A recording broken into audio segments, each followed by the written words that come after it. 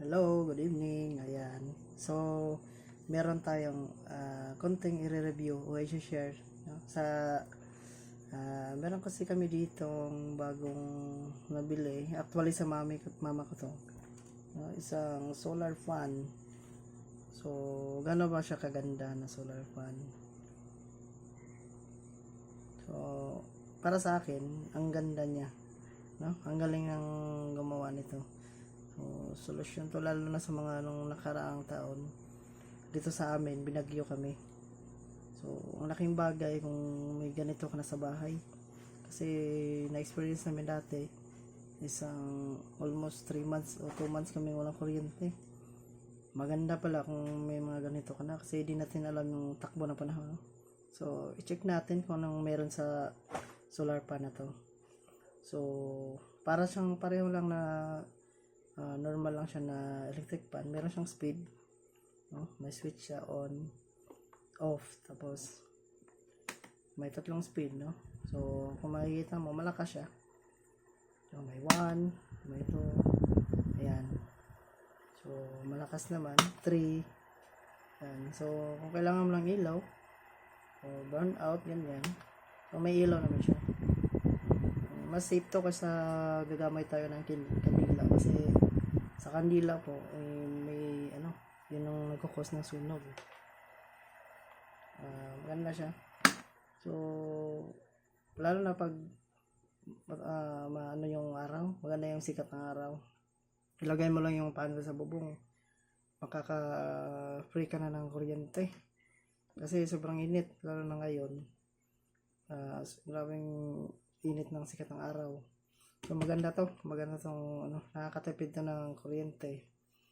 At the same time, no? Din siya, environment friendly, no? So yung motor niya, DC motor to kasi battery powered. So isasaksak mo lang siya directly dito yung kuryente, yung solar panel galing dito. So direct na siya. Ang galing lang ng nakakatuwa lang na may ganito. So pwedeng kung diba nung kadalasan sa atin kasi may cellphone na, kaya nilagyan din nila ng USB, tapos DC output para sa ilaw. Maganda. Ang lang nito siguro yung battery niya, pwede naman siyang i-upgrade yung battery niya. Tsaka may outing, may may pupunta kayo sa lugar na walang kuryente, dalhin mo lang yung panel tsaka yung electric fan, pang charge na rin ng cellphone kasi kadalasan ng gamit ngayon USB powered na USB power supply na cellphone, kahit basta rechargeable USB na yung yung pinaka downside lang siguro nito yung battery niya, pero hindi ko pa naman na-check. Pero kung lead acid man yung laman nito, hindi mo naman palitan yung mga makakulat na battery. Meron tayong dyan, lithium phosphate tsaka lithium ion, di ba? Pwede yun, papalitan mo lang yung modules. Pero sa ngayon, bago pa naman siya, makunat pa yung battery niya. Ang ganda, malakas siya. Very maganda yung niya, quality, no? Lalo na sa mga pag may burn out yung mga anak natin, medyo di na kaya yung walang electric fan. Maganda siyang alternative kung may power outage. Minsan kasi sa amin dito mahaba yung burn out, isang araw, isang araw. Kawawa.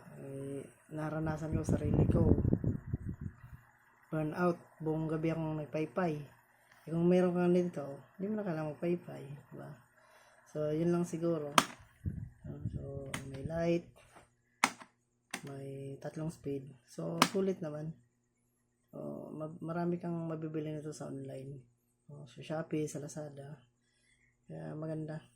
So yun lang, thank you.